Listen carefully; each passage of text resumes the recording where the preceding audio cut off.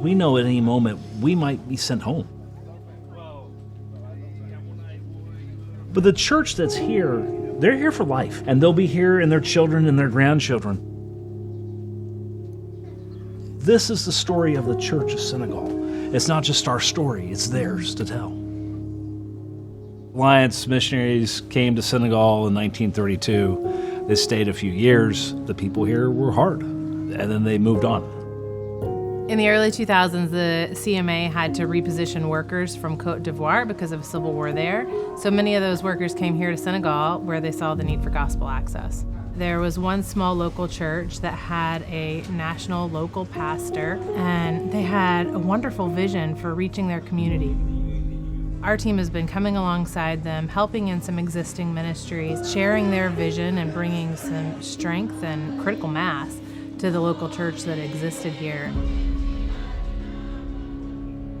It's hard for us to know how to plant churches here because nobody's figured out how to do it.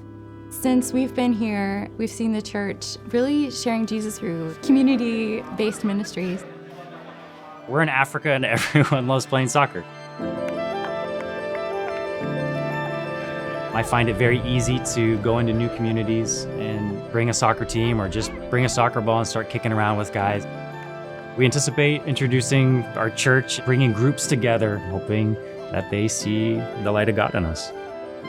One of our key partners in this when we first came was just a kid, 13 years old. We weren't even sure if he was a believer.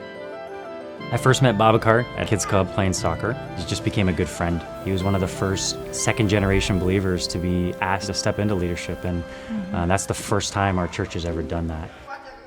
Donc comme ni ma ko waxee léegi ci ministère des enfants lañ xamante maanaam wàllum football chaque samedi ñu doon tase mais à part club yi donc doon nañu am ay yeneen rencontre des fois doon génn. We work together in Kids Club and the Street Boys Ministry, and this might be one of the keys to that is just taking the church into the community, bringing those conversations that are centered on the Word into everyday life. It's just encouraging to have somebody come alongside and do those things and be just as passionate as we are and just do it a lot better than we do with that local insight. Famille Vicky ak Eric comme sama deuxième famille. Parce que si lépp loo xam ne lu jëm ci ministère lu may def ñoom ni ngi sama ginnaaw di ma soutenir. Yéen waa C&MA wala beneen organisation da ngeen ñëwoo leen pour def yéen kese mais da ngeen ñëw ci biir église bi pour ni ànd ak yoonu njub liggéeyandoo. Borom bi joxunu cadeau boo xam ne daf nu ne dina yomb donc dana metti mais ñun lu mu wax mooy pour ni annoncer maanaam ni yëgle donc dañuy ñaan yàlla ñoo xam ni ngi leen di yëgal xibaar baax bi yàlla mën laal seen xol loolu noonu nga xam ne dégg nañ ko ni mën di ko partager ak ñoom noonu nga xam ne daanu mën dañu laaj ay question ñun ni mën gën leen jàppale ci seen dox ak borom su fekkee. Even if I knew that I would spend my entire life here and not one person would come to Christ, I would still come. Even coming and being obedient in that is an act of worship worthy of God. We're called to sacrifice too. If we don't keep at it, I don't know who else will. We may not even see that fruit in our lifetime. The first missionaries that came here hundreds of years ago, they were right. This is a hard place, and yet God loved them enough to keep pursuing them.